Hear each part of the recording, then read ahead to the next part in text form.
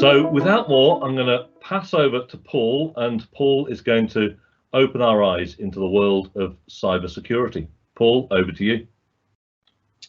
Hi, good afternoon, everybody. Paul DeVille from IT Toll Solutions. I'm just going to go through a very broad subject these days of cybersecurity, which is sort of relevant more and more to everybody in everyday life. And I've just thought today I'd start by just covering some of the basics about cybersecurity, cybercrime, cyber awareness, and hopefully further down the line we'll do some more videos and break them out into more specific areas. So I'm just going to start off basically by just covering what cybersecurity is. Well, pretty much the definition of cybersecurity is protection of digital information and devices. That's as low down as we can break it down. From normal people's day-to-day lives, it's basically devices, services, and data that you use every day. And we all use smartphones, laptops, tablets, computers, and that includes PCs and Macs, because some people still have the misconception that Macs are immune from viruses. It's not the case, and Macs are getting more and more popular, which means they're more and more subject to the same threats and security problems that everybody else suffers with. And basically from that point, it's what hardware and software do you use to try and guard and prevent intrusion from third parties. So a lot of people ask us as IT people, why is it important? A lot of people don't think that it's relevant to them, and it can't be more wrong really, because if you are online, you are at risk. It's as simple as that. It doesn't matter whether you're at home, at work, out in public in a social arena. If you're online, you're at risk, and your data is potentially available to anybody else connected to the internet, just as their data is potentially accessible by you. So devices that you use can be used by other people to access your information, although that's less and less common these days because more security is out there. It's a lot harder for people to hack devices than it used to be. It's now more prevalent to get you as the individual to do all the work for the criminal or the person that is trying to obtain all the information off you. The consequences of data breaches can be life-changing, both for you and for people around you. If you was to imagine that you are an employee in a business and the actions that you do could ultimately take the business down, could close the business. And if you are at home and you've on your phone and somebody breaches your mobile, you've got all your friends, your families, contact details, addresses, pictures that could be breached and made available to other people to use at their own ends. So people say, well, is it really relevant to me? Basically, we just say, think about what you're doing and how cybercrime and cybersecurity relates to you. And it relates to everybody that uses digital media. Anyone that accesses information online, stores digital data. Yes, that includes a mobile phone, so all your photos that are stored online and on your phone is digital data. And this is virtually everybody. So unless you're in the jungle somewhere in a camp and have no electricity, you're probably one of the few people that might be exempt from this. Pretty much everybody else in the modern world is relevant to cyber problems. So basically we just say, think. If you can think before you act, you can save the majority of the problems that are out there. Just a few tips for you as individuals. The biggest things that people do as an individual is banking, shopping, and what passwords they use. We've all got banking, and hopefully most people use a bank that uses a second factor authentication. This is either a little pin sentry device or a mobile phone app that once you've typed your username and password into your bank, your phone makes a noise and you get a code. You type that code in and it lets you into your bank. That's great. If you've got that, that's the best way you can do about doing your banking. Same with your shopping, but what a lot of people do with shopping, things like Amazon, they allow you to save your passwords, so you can store all your passwords into your browser, which means if your computer gets hacked, whoever can see your computer can see all your passwords. And the trick to passwords is make them as strong as possible and don't use them over and over again. PIN numbers are also getting more and more common with things like mobile phones now having PIN devices. Even PCs have PIN devices that you can just type in a quick PIN rather than a password. 1234 is not a good PIN. We've seen it used an awful lot when people just can't be bothered to think of something more secure. The same goes with social media. The more information you put on social media, the more at risk you are from cybercrime. The next step along the chain really is the self-employed. You've got the same sort of principles as an individual, but now not only have you got your own individual data to worry about, you've got all of your business data to worry about as well. So again, you've probably got a separate bank account, but do you have separate passwords? A lot of people use the same password for personal as well as business. Bad idea. Anything gets compromised once has ultimately compromised you twice. Again, using two-factor authentication on anything to do with banking or anything to do with any systems that you use is the best approach. Second factor authentication will mitigate you against the majority of the problems that you'll find online. And something that a lot of self-employed people don't do that well is take backups, purely because they don't see themselves as having enough data to back up. The biggest problem there is if you lose your data, what happens next? You know, if you're using Excel spreadsheets and you don't think you keep a backup, if you lose that Excel spreadsheet, all your data's gone. And ultimately, which I know Matt's going to come on to a bit later on, is insurance. And insurance, and cyber insurance specifically, is one of the key things that we tell all businesses to have. SME businesses, this is where we sort of fall into majority of our day-to-day work. Majority of it is the same as self-employed people: banking, passwords, 2FA, but also antivirus. Antivirus is important on every device, whether you're an individual, self-employed, or a big corporate. But getting the correct antivirus on your computers and on your devices will mitigate you against a lot of general problems that people find. In a business, having a good firewall also helps. That also stops people from intrusion on your network. So if you've got 10 computers in an office, if you've got it behind a firewall, it helps protect those computers from people who are just hacking at networks randomly to try and get some information, whether that's banking or personal information. Always a good thing to have is a good firewall. If you employ staff, policies and procedures are really good to have. Make sure your staff know what to do in the event of them clicking a link that looks a bit dodgy, opening an attachment, seeing some message on the screen that shouldn't be there. A lot of people will probably try and hide it so they don't get into trouble. Worst thing you can do, if you think that you're in a position where you've been compromised, tell somebody, because you can actually try and mitigate against the impact of that infection if it's caught in its early stages. And again, from an SME point of view, please, please, please, we can't express this enough to small companies, have backups and ultimately test those backups. The amount of times we see people give us an external hard drive from a backup that has never been tested, and that ultimately results in no data being on that drive. And if that is your only backup, it puts you in a terrible position. And ultimately, again, we recommend this to all of our clients now: take cyber insurance out for your business. It could be the difference between you having a business and not having a business. Large and corporates, majority of that is taken care of by larger organisations, but as individuals, you've still got to worry about your passwords and what data you've got access to. A lot of people now will prevent employees from accessing data that they shouldn't have access to, but data, if you are accessing other people's data, such as HR departments, accounts departments, you've got to make sure that your actions during your work on time online is following best practice, best procedure to cover yourselves off. Maximity do this a lot: training and awareness. Keep up to date with the latest hacks, the latest information, the latest problems that are out online. If you're aware of them, if you come across them, you can do something about them.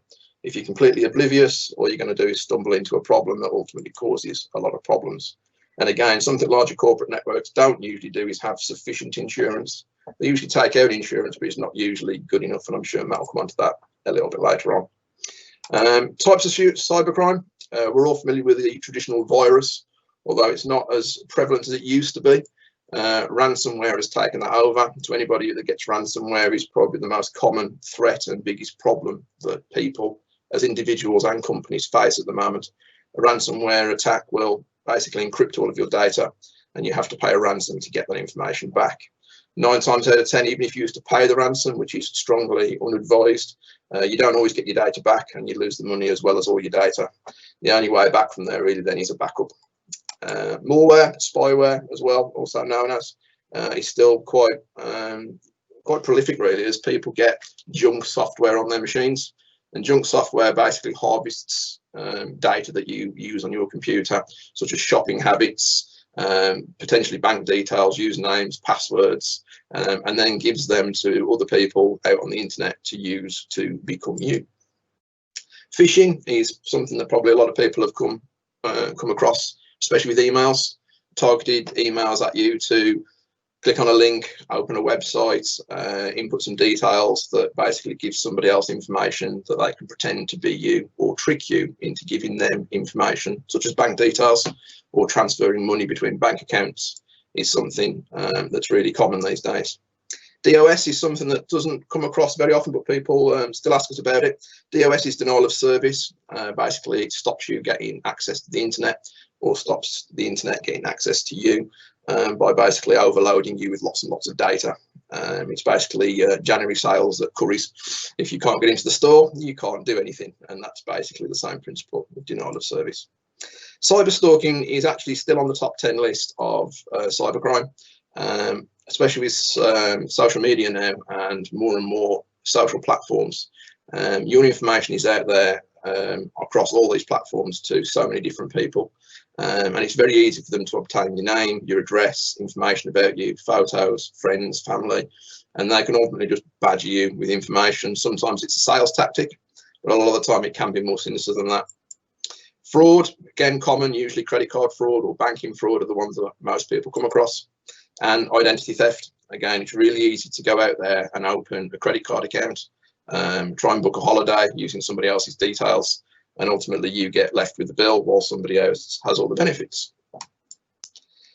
I'm going to move on now to smishing. Yes, it is a word, and it is an evolution of the phishing side of things. And smishing basically is a form of phishing that tries to target you by SMS message or text message.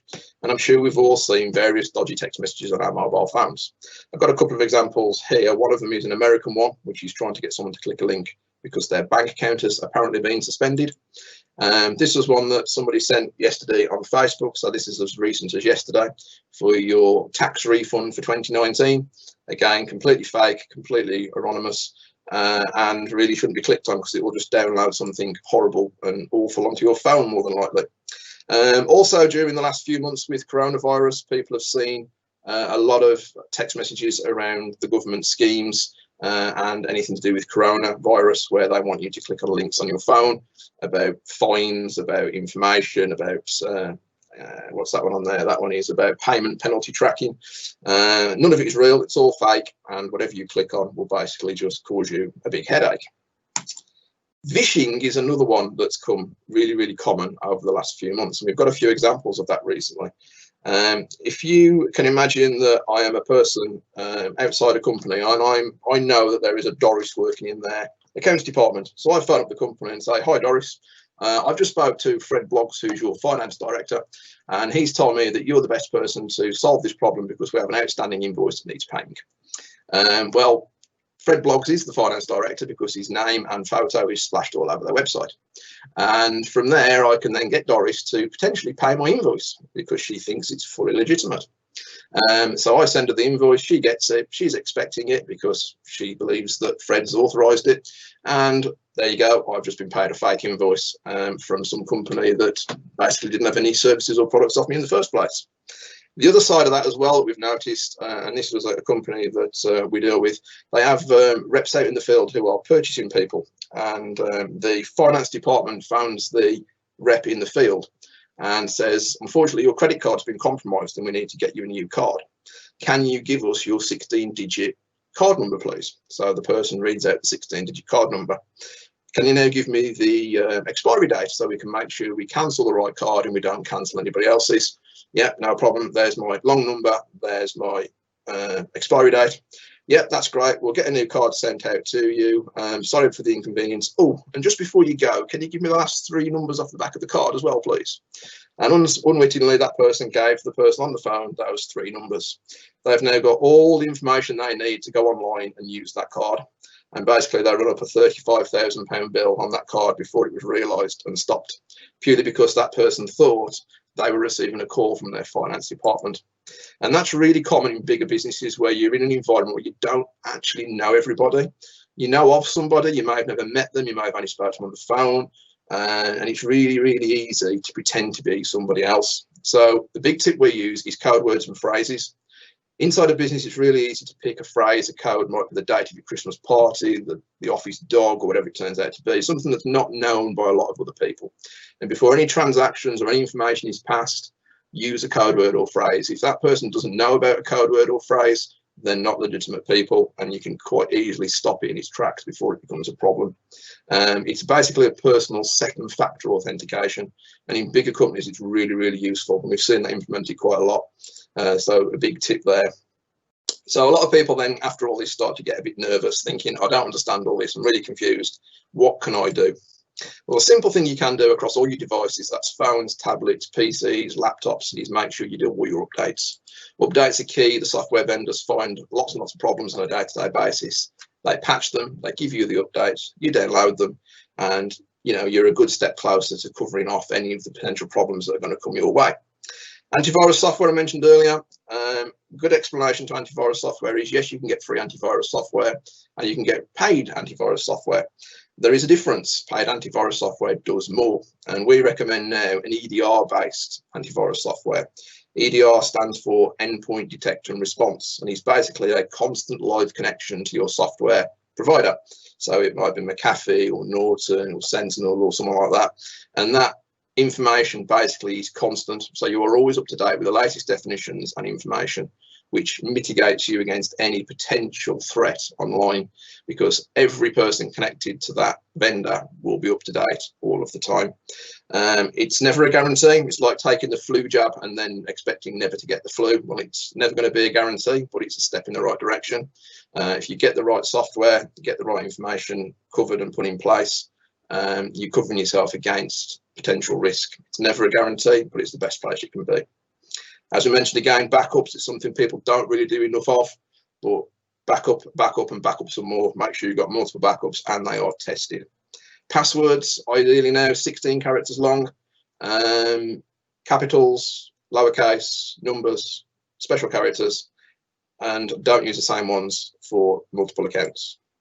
Wi-Fi, for those people that go to Starbucks and McDonald's, please be careful when you're connecting to their Wi-Fi's. They are free, but they might not be legitimate. They could be a little man sitting in the corner with a rucksack who's got his own version of McDonald's Wi-Fi, and he's harvesting all the information off your phone as you're browsing the internet. The simple thing we can recommend to everybody, as I'm running really low on time, is think before you click. It's really easy. We're all busy people. You get information you think you've seen before and you just naturally click without reading it properly.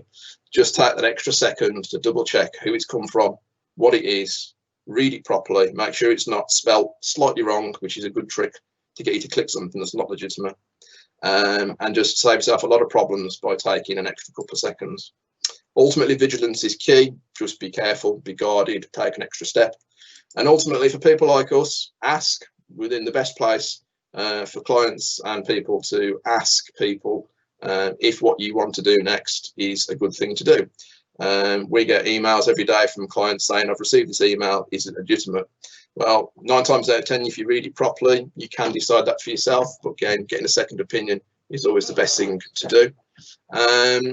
I hope I'm going to branch out on some of those in a little bit more detail in the future.